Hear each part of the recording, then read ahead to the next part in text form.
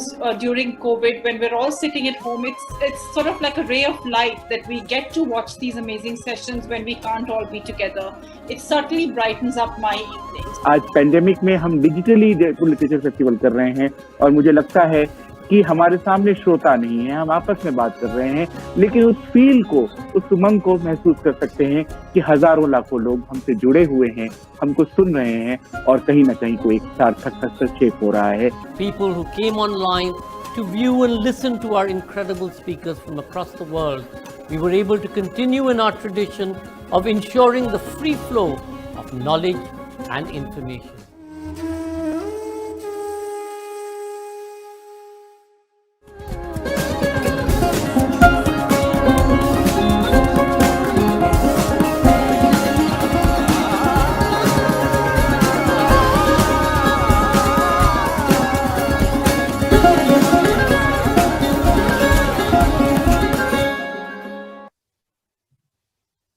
On behalf of Mr. William Dalrymple and all my colleagues at Teamwork Arts, welcome to our new offering, JLF First Editions, the series that will be launching FAD for some of the most exciting new books of the season. This is where you'll get to hear the story behind the book, the ideas, trials and tribulations, and anecdotes that help weave the story together. We begin the series with the launch of TM Krishna's The Spirit of Enquiry, Notes of Dissent. And we're delighted to have publisher Manasi Subramanian, executive editor and head of literary rights from Penguin Random House, India, share her thoughts. Manasi, over to you. Hello and welcome to the virtual book launch of The Spirit of Enquiry, Notes of Dissent by TM Krishna at the Jaipur Literature Festival's First Edition series. As Pratap Bhanu Mehta writes in his foreword to this book, TM Krishna has given us the courage to think, to stand up for principle, for decency. He is an artist of the Carnatic music tradition and he is also a critic of the human condition. So I reached out to him about a year ago and I suggested that we compile some of his key writings into a book. I thought we'd draw from his rich body of work and maybe revise and expand a couple of essays that have, especially things to do with current events, and said, let's put together a holistic sort of companion to your writing. Of course, TM Krishna took my suggestion one step further and went on to add some absolutely marvelous new additional materials. In fact, including one rebuttal to himself. So it resulted in a pair of essays that actually are just remarkable in their dichotomy, but are also very representative of TM's openness, honesty, his sort of willingness to admit that he has changed his mind about something. The Spirit of Enquiry is a collection that reflects the critical and cultural engagement of one of our finest thinkers, public intellectuals and practitioners of art. We at Penguin Random House India are delighted to be its publishers. Welcome to the book launch. Thank you, Manasi Subramanian, for putting into context TM Krishna's new book. We are absolutely delighted to be able to launch TM Krishna's The Spirit of Enquiry, Notes of Dissent, a collection of some of his most groundbreaking texts, as Manasi has told us. He's the winner of the prestigious Raymond Magsaysay Award in recognition of his forceful commitment as an artist and advocate to art's power to heal India's deep social divisions. Krishna is also the author of Reshaping Art, Sebastian and Sons, A Brief History of Mridangam Makers, and A Southern Music, The Carnatic Story. TM Krishna, we're delighted to have you join us on First Editions for the launch of your book, and we'd love to hear from you about what got you into writing this book. TM, over to you. Sanjay, thank you, JLF, and I'm utterly thrilled and honored that Gopal Gandhi is here to have this conversation with me. Spirit of Enquiry came about, as Manasi said, because they suggested that we bring together thematically the different pieces I've written for various publications over the years. It was, I think, for me, interesting to read those pieces again. Many of them were written 5-6 years ago, some even older in 2013 and 2014. So it was first I had to go through everything that I've written and looked at which are the ones that we could include in this compilation. And I think the point that guided us was which are the pieces which go beyond a situation or that moment of response to something that may have happened or to an observation, which deals with the larger question behind those events or those feelings that I may have had. I think it was also interesting for me to see how my own thoughts have probably changed, nuanced, how one essay has what I would now perceive as a gap, and maybe another essay brings that element in. There are still possibly gaps, and I still think there are essays which I can build on, I can re-look at, and therefore I hope it gives the reader that movement when they go through the themes. And it's not about it all being right or having been worked out in a progressive sense, or this progressive person has kind of ticked all the boxes in that sense. I think there are things that are still left open. There are things that you could call utterly wrong. But the only thing I can assure you, the reader, is that it comes from a space of serious questioning and inquiry. And there is always room for all of us, I think, to grow. It was, I think, also an opening for me to write a rebuttal to myself, an essay that was deeply argued and discussed when it came out. And I'm glad that I got an opportunity to kind of respond to myself. Therefore, I see this compilation as a journey by itself, an incomplete journey, still ways to go and paths to see and paths to take. Therefore, I do hope the reader leaves the book by taking their own path. I mean, that's all I think I can hope as a writer. But it has been very, very important for me to go back to these pieces, add elements to them, add introductions to them, add new pieces to this collection. Therefore, I'd just like to say thank you to Penguin and thank you to Manasi for making me do this again and revisit a lot of those ideas. Thank you. Thank you, TM Krishna, for that wonderful insight into your book.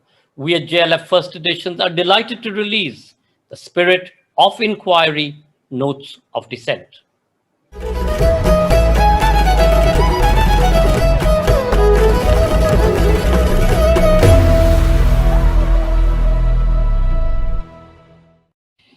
TM Krishna will be in conversation with Gopalkrishna Gandhi. Academic and author Gopalkrishna Gandhi was the former governor of West Bengal in India and our High Commissioner to South Africa and Sri Lanka. He read English literature and history at Delhi University. A monthly columnist for the Hindustan Times and the Telegraph, he writes for the Hindu. He is a distinguished professor of history and politics at the Ashoka University in Delhi. His books include Restless as Mercury, My Dear Bapu, and Abolishing the Death Penalty. To remember that all our sessions that have been broadcast till now have been archived and are available on this site in the Mughal 10th venue, and also on our Facebook page, Jaipur Lit Fest, and on our YouTube channel, JPR Lit Fest. Ladies and gentlemen, The Spirit of Enquiry, Notes of Dissent, published by Penguin Random House, India, TM Krishna, in conversation with Gopalkrishna Gandhi. It's a great privilege for me to be in conversation with Vidwan TM Krishna. I use the phrase Vidwan very deliberately, for given the fact that he is as young as he is, and his laughter booms as it does, one tends to forget that he's such an extraordinary musician, versatile, serious, involved in the intricacies of music, but also in the philosophy of music. And so when this chance came up to me, I asked myself, is there not something wrong in our discussing books or a book or literature in a time as grim as this, as full of sorrow and pain as our moment is? But then I could see that in the texture of this book, which we are going to discuss, there was what can be called an isolation of its own kind. And now this is not contrived, because every essay in this book has been written at different times in different climes, but its totality is deeply thoughtful, almost as if it is a soliloquy. And Krishna speaks as if he is not speaking to any one individual, but introspecting. And the essay that captured me most was an essay that's called The Uselessness of Art. I mean, can there be anything more brutally honest than an artist of the stature of TM Krishna writing an essay which says the uselessness of art? It is from the spirit of self-criticism, rather even more than the spirit of inquiry, that essay has been written. And I'll jump straight into one comment that Krishna makes in it.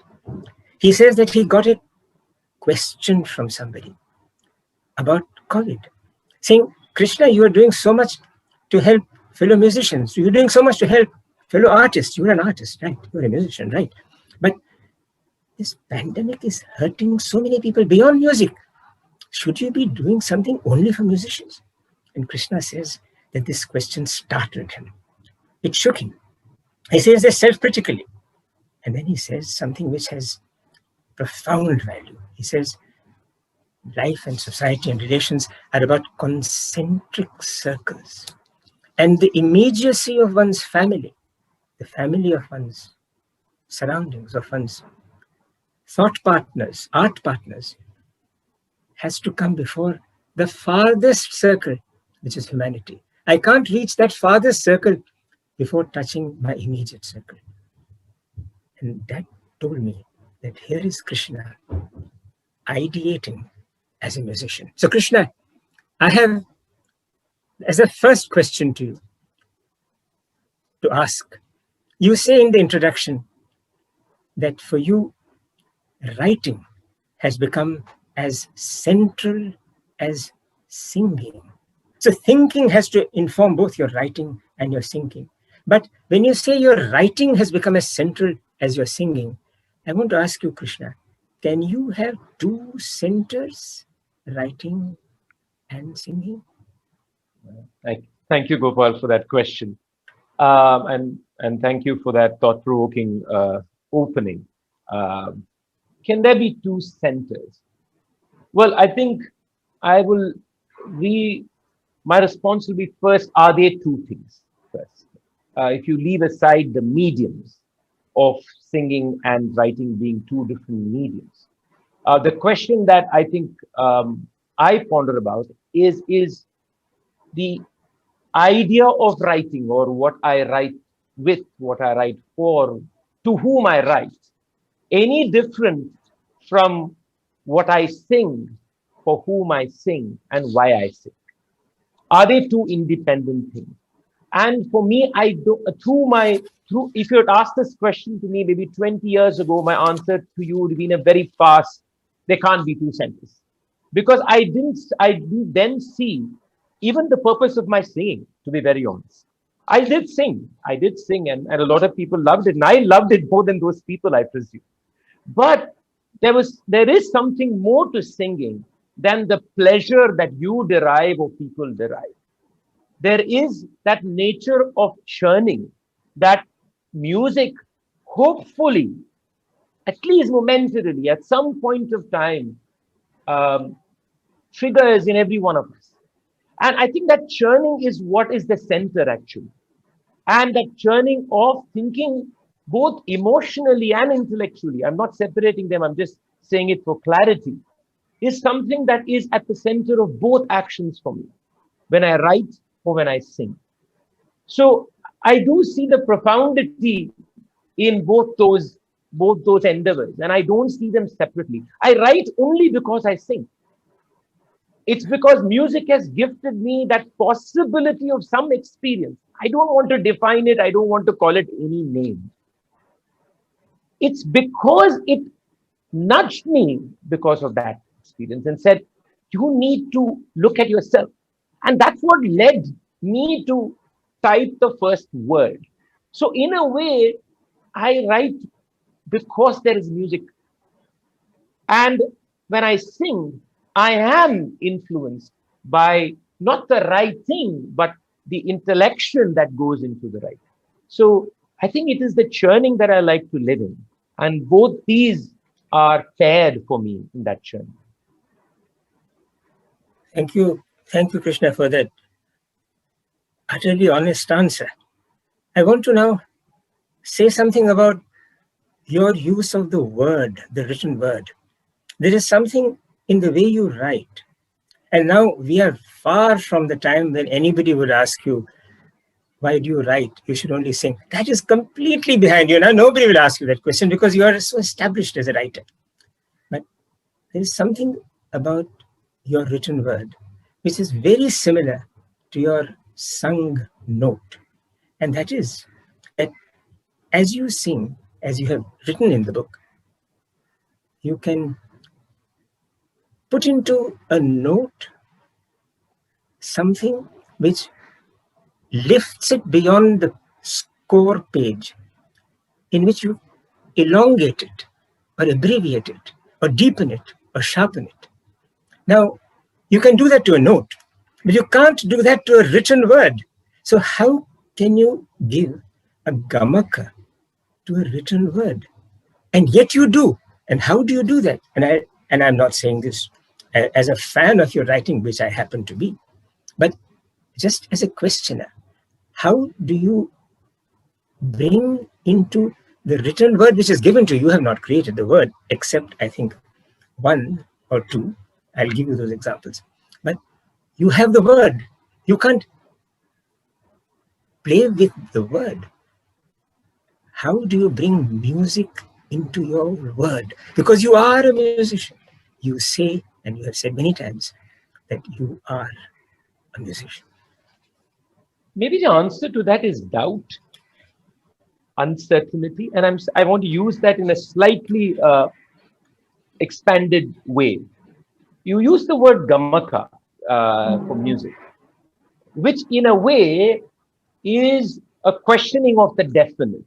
If you take a note or a movement, even with a gamaka or without a movie, a line of music, say, as written in a score sheet or written in a notation, there is that, and then there is what is sung.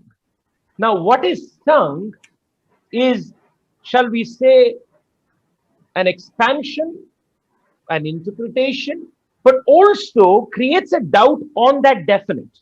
Is it really that? So you're doubting it in a manner, right? In a manner of speaking, you're saying that is not definite. It could be this, it could be that. The possibilities are enormous. There is also limits to these possibilities. And I think that that's the spirit that I hope I am bringing to the word, not in changing its meaning, but can the word also be not so defined, not so definite? Can the spirit of the writer, of the author, be that of doubt? It could be. Even when the author says, I think this is it, I do that too. But even when I say that, can it be tempered by another possibility? And I think that's what I really mean in terms of the musicality or expanding. You can't change the meaning, but you can change the feeling of a word. You can change how it transfers itself onto the reader or the listener, as the case may be.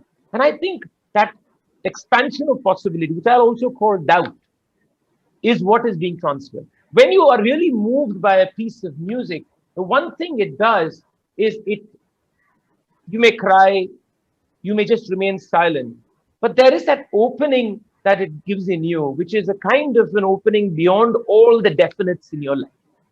When you read something beautiful or something really deep, the hope is it does the same thing to you. There is a profoundly moving essay among these, which is the text of your Raja Memorial lecture, in which you have dedicated it to Kumar Gandharva. And you say in it something which is extraordinary. Now, you say that the word for you is a woman. The word is a woman. Now, word is a word, woman is a woman. But when you put it together as the word is a woman, you have actually introduced in it an oscillation of meaning that is startling. I want you to tell me what exactly you mean by the word being a woman. I remember that talk which was delivered some years ago, and I think the talk is about the whole idea of the classical idea of the folk and all these words, and what are the palettes about each of them, and are they really existent or are they socially constructed? This was the this debate that the talk actually indulged in. Now, I think in some ways all of us connect genders somehow to the sounding. Sometimes even it's the sounding of the word. Sometimes it could be, of course, lyrical habit. It could be literature. It could be so many things. That gender associations happen very often. It also happens in ragas, for example. And I'll give you an example of a raga called Bilahari. The sound that the word tells me it's feminine, but the meaning of the word Bilahari could be considered masculine. It's the Vishnu who is in the cave. Okay, so it's interesting how a word, in the sound of the word as much as in the meaning of the word, gives us associations. So when I say it's a woman, it's not just a semantic observation. It's also a sonic observation. I think it's a sonic feeling. Why I call it an observation? It's a sonic feeling. And I think as a musician, I respond to a lot in the idea of sound, because that's my first association with life. I feel out of sound. A word is sound first for me. It's a lilt. It's a sharpness. It's what the vowel does, what the consonant does, and therefore, when I say word, it's also an association that comes from the sound of it. And I think it is also political in positioning it that way. I can't run away from the politics of saying something like that also. Because how do we associate these ideas of meaning written in the past, thoughts about meaning in the past? Who have constructed meaning to word? There is a politics to that, which we cannot dissociate from it. The politics of the fact that meanings to a large extent in mainstream writing is unfortunately associated with the man thought, if you can use that term. And so in a way, it is also a political, shall we say, suggestion of what happens to the word if you imagine it differently, what happens to meaning and what happens to sound in this kind of interpretation. I found that comment of yours not only a kind of a self-description of the way in which you face the word. You don't use the word like some resource. You, I think, pause and confront the word. You face the word, the possibility of a word, because you have faced the thought behind the word, and the word has come to you almost effortlessly. And in your first book, Southern Music, you had made this startling point, startling to somebody who is not familiar with music as I am, that for you, the musicality of your music lies in the note, not in the word, not in the lyric. And it is so well known now that your alapana is really where the soul of your concert lies. It is in the way you develop the alapana and in the wordless stream of the beats that you sing wordlessly. So from a position where the word is almost secondary in your music, when you write, the word as a woman is everything. Now I want to share with our viewers and others an extraordinary statement that you have made in your essay on the right to privacy and that extraordinary judgment that came a while ago on the right judgment of the Supreme Court on the right to privacy. And you have said there's something which again comes as a musician, as an artist. And you say, I know what privacy means to me as an artist. I know what privacy means to me as an artist. Now, when you write, are you writing from within the isolation of your privacy for your privacy? Or are you opening a little window which lets in some air into your privacy or lets your privacy free? I don't think they can, whether it is writing or singing, isolation is something that truly bothers me as an idea.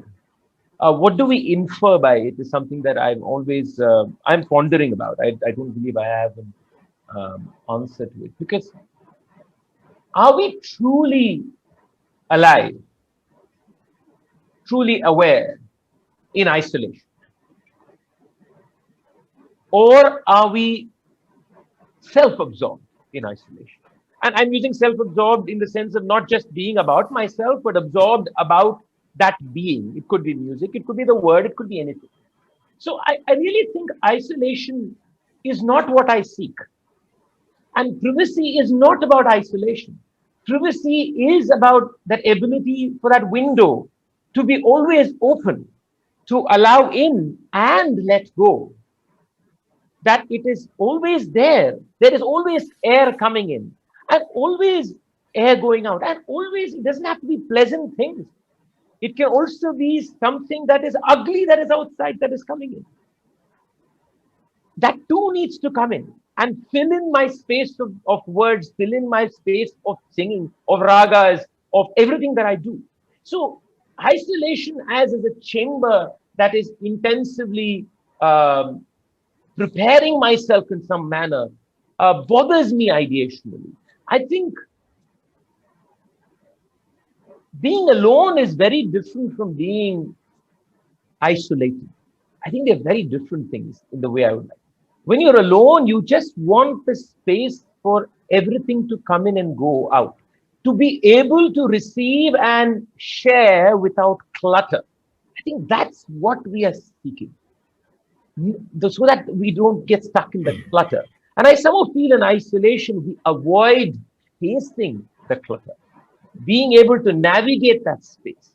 So it is a two-way traffic. It is something that comes in and goes out when I write. It is, and I'll also concede there are times that I fail, that their clutter still remains. My words are cluttered. My thoughts are cluttered. And I know that day that I have not been able to breathe and receive freely. But that's also true when I sing, Gopal. There are days when my music is cluttered, when my music is not there. Or I shouldn't be saying my music, when music is not there. I think both those situations happen. There was a famous incident, I remember that. I was not in the audience, but I know about it. When after rendering the alapana, just early in the course of your concert, after rendering an alapana, you just got up and left. You just left the concert. So I just want to know, was that a moment of privacy? And I'm now pinning you down, Krishna, to your own word. You have said, I know what privacy means to me as an artist. Can you tell me, in a sentence that is neither long nor short, but true, what does privacy mean to you? Privacy for me is being able to breathe fearlessly. Being able to breathe fearlessly. And for me, my breath is essential because I sing. And everything about the music is in the breath. And to be able to breathe fearlessly is privacy. And you asked me about that concept. I had actually felt it. And there was no need for me to say anything more that day in music. And the sharing had happened. And so I just thought it was maybe just right to leave.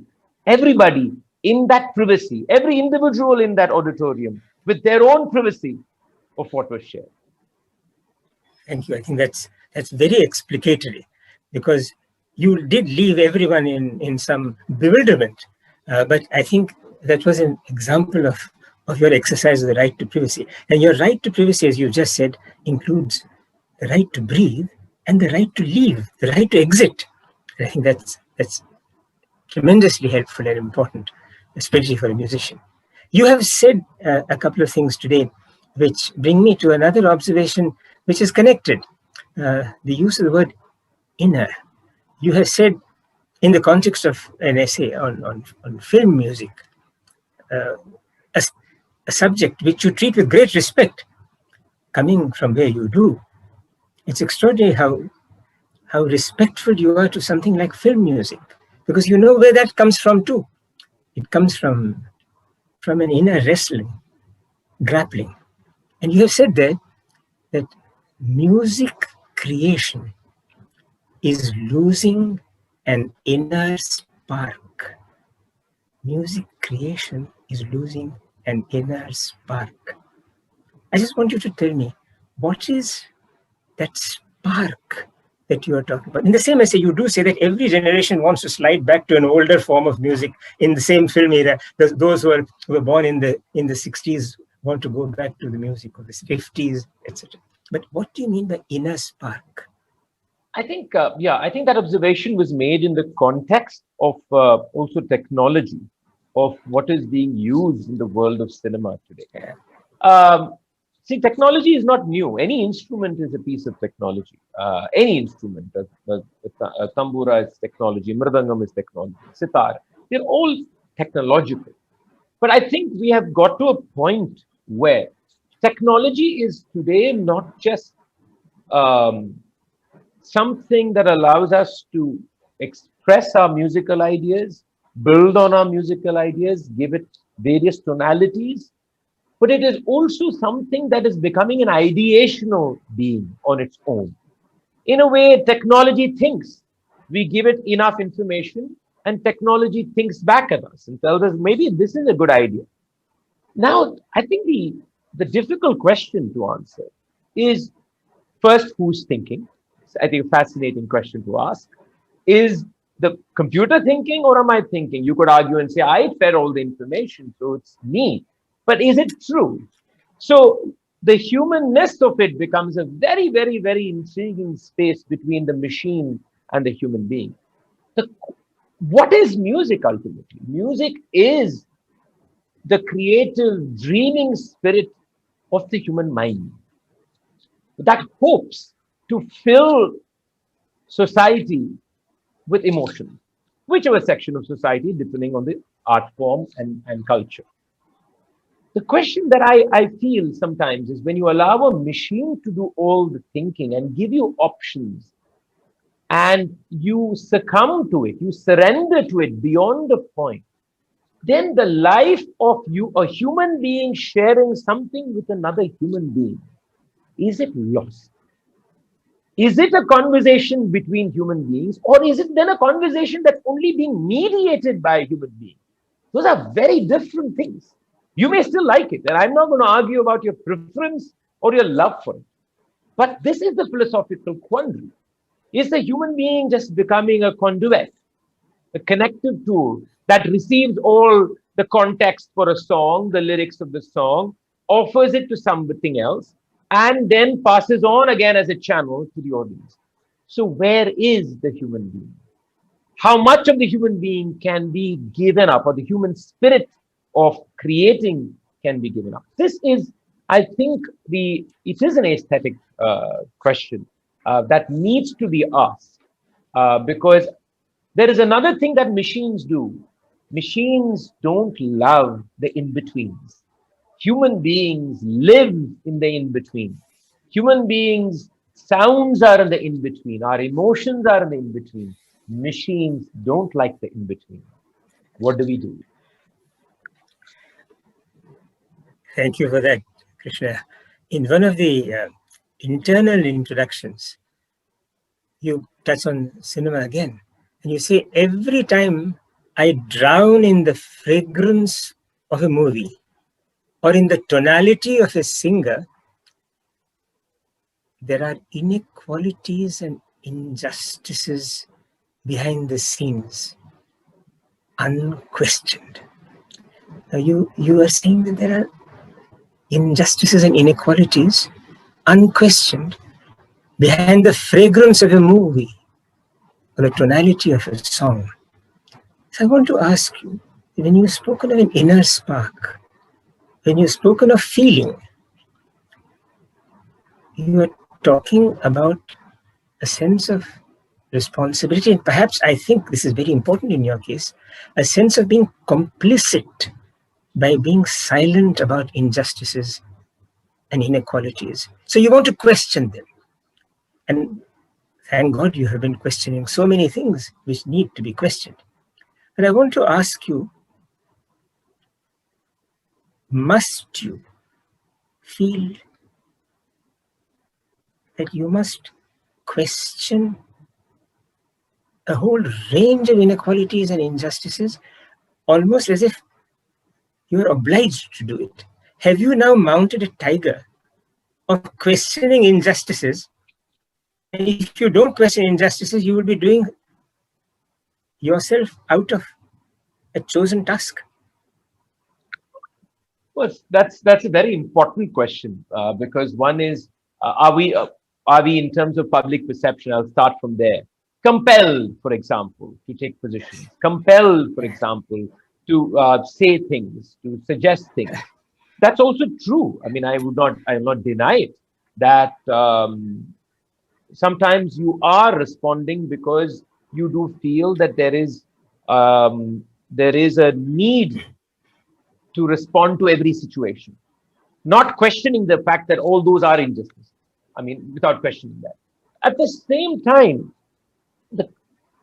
what I would ask myself, triggered from your question, is, why am I asking these questions about injustice? Should the injustices also then be asked only in the terms of concentric circles? Should I ask questions only about those that are closest to me and leave out the ones that come in the larger circle?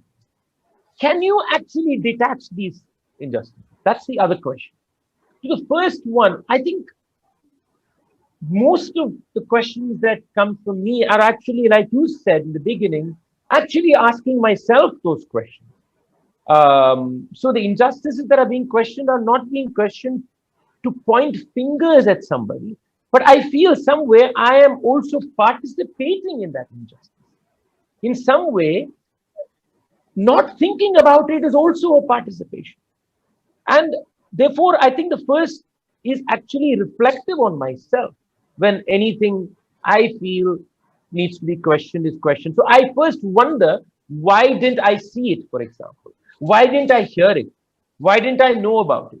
So I'm curious about my own limitations, my own blinders, and my own paraphernalia. And it's only after that am I asking a question of everybody in the commons. Therefore, I do not think that I have a weight in the seeking itself. I don't feel compelled, but I do feel they're all interconnected, and I don't find a way to detach them. And it's also true that at times that I also work in concentric circles. That's also true. That sometimes we also do that. I mean, how can I ever not deny it? That's the ethical quandary also. Is something that is happening very far away from me not so important for me to speak? That's not true. But which do you choose? Can you choose? There is no correct answer to this. And there is no burden on me. There is no burden on me. But I do think that looking at connectivity is something that I like to do. I mean, I feel it's important for myself. There are very often issues which arise in a workaday. When I ask myself, I would like to know what Krishna thinks about this. But I must also say, Krishna, that there are very often occasions when I heard what you have said, and I've told myself, why should Krishna be giving me his views on this? Both happen. Both happen. But I just want to say that in the political part of your book, there are some extraordinary comments you have made on issues pertaining to our country, to the constitutional morality of our times, to the political ethics of our times, also globally on Israel, Palestine. but I must say the most extraordinary sections of the book are where you speak about persons, about individuals, and those are amazing. Supposing in 1918, 1919, during the time of the Spanish flu, we had got from Paluskar or Bhatkhande or Ustad Karim Khan a glimpse of the India of those days, it would be a fantastic compilation today. So yours is what it is today. I just want to say that your descriptions of, say, for instance, M.S. Subbulakshmi. M.S. Subbulakshmi says what she says through her music. But there's so much about her that we just don't know. And you have used a remarkable phrase, which I think her biographer, Keshav Desiraju, would agree with. You describe Subbulakshmi as an unsolved mystery. That's how she is. And there are several comments like, for instance, Mandolin Srinivas. On Mandolin, you have said that he had the mastery of an instrument in a world where the vocal musician is king or queen. And then you say, but so that was a huge handicap for mandolin.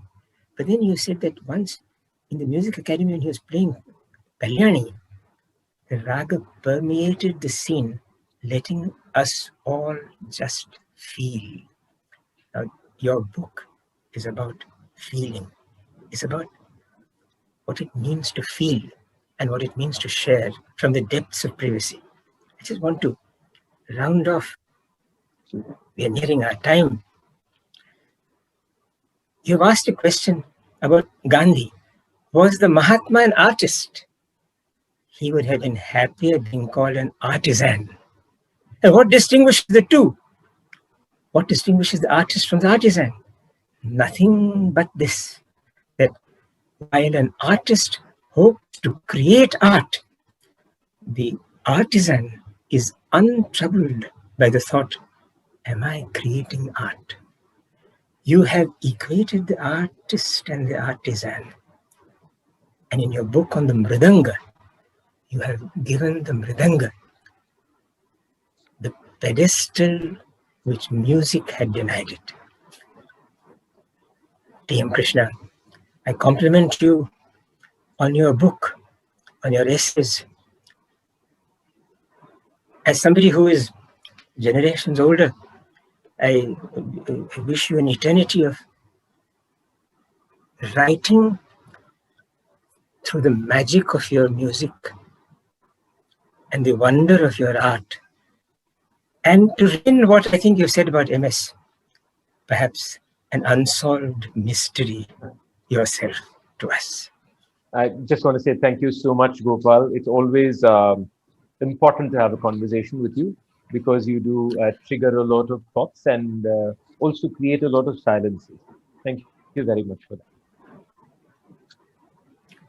Should we take questions now? Okay. So, Gopal, I'm just going to open up the questions here on the side. Well, the first question here is, how does one bring the spirit of inquiry to the public domain space in times of fear?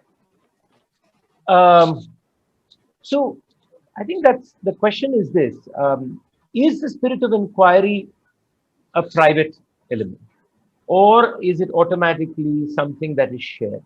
Of course, public itself needs to be seen carefully as not just one domain, as just something that is going to be printed or something that is going to be published or read by people or you're part of a protest, etc. I think the two important things is the public means just sharing. So even if you're sharing at home, that is still a public conversation as far as I'm concerned. So I think the first thing is to expand the idea of public domain and public space in the way we share. It could be your friends, it could be anything. Now, in times of fear, I think the biggest thing about fear is that it makes you look behind your back. You know, we talk about self-censorship. But the truth is also, let us be honest, in this country, a lot of our schooling is self-censorship. Let's not think that self-censorship is something that has been created yesterday. We have to think of it culturally. We all know what questions could be asked in class. We all know what questions could not be asked in class. We asked only the questions that could be asked. But isn't that self-censorship automatically? So the idea of fear is something that is a constant in the way specifically in our cultural sphere. So it is the accentuation of this fear, making it a larger monster, making it come and stand right in front of you. That is what is happening now. So you have the immediate response that we need to do, which is to find ways, collectives by which we can actually confront this fear. And then there is the larger cultural question that we need to ask about why do we have inbuilt fear? We can't take away from this question also the gradations of society, because the feeling of fear may be the same for everybody, but the sources of fear for people differs according to their social and cultural habituation and histories. So let's also factor in that when we discuss about spirit of inquiry or public space of fear, of what do we do with those gradations that we have also created. The next question is your right to privacy not in conflict with your obligation to or compact with the listener? Again, it depends on how you think of privacy. Now, the second is the two words here I want to pick out: privacy and obligation. Important word. First is, what is privacy? And in music, privacy is the honesty and the freedom and the fearlessness of sharing. That's what privacy is to me. If any one of those things are in danger, then privacy is lost. And that danger could come from anywhere. It could come from myself, it could come from the audience, it could come from the environment, it could come from the organizer, it could come from anywhere. Now, do I have an obligation? Is also a question we should ask. And if I do, what is my obligation with a listener or audience? Is my obligation to make sure the listener goes back home happy? Is my obligation then inbuilt on me receiving more applause? Because there is also connected, isn't it? When we think that we want to make somebody more happy as a musician, we also are saying, I want to be applauded more. We somehow don't disconnect the two. Is it possible that the listener goes back in a state that is not connected with me being applauded more? So what is that obligation to the audience? What is that obligation to the audience is a very important question. And I don't think it is connected with the applause. I think it is connected with the truthfulness of the music. It's the truthfulness of the writer. It's the truthfulness of the speaker. And that's my only obligation in life. There is no other obligation. And if I fail in that obligation, that is when I know that I need to stop, at least momentarily, and reflect. Every other thing is only constructed as a contract, and I have no contract signed with anybody, including I think we now have to hand over our conversation to Sanjay Roy because it's time. Thank you, Krishna, for your thoughts. Thank you so much. Thank you so much, Gopal. Thank you. Thank you, TM Krishna and Gopalkrishna Gandhi, for that fabulous conversation and insight into humanizing dissent and the importance of preserving the spirit of inquiry. And thank you all for being such a great audience. Do remember to buy a copy of the book, which is available on Amazon. Meanwhile, as you are aware, artists and artisans were devastated by the impact of lockdown 2020. To address their needs, Teamwork Arts launched the Art Matters series and helped 5,200 artists. With the onset of this virulent second wave, we once again face unprecedented and heartbreaking challenges. We've launched an emergency fund to provide them with a range of resources from food and rations to healthcare and medicines. Please do consider contributing by pressing the contribute button on the right-hand side of your screen. Remember to stay logged on to watch the next session today, Finding the Raga, an improvisation on Indian music. Amit Chaudhary in conversation with Catherine Butler-Schofield, which will be presented at 8:30 p.m. Indian Standard Time later today at the Jaipur Literature Festival digital series. See you soon.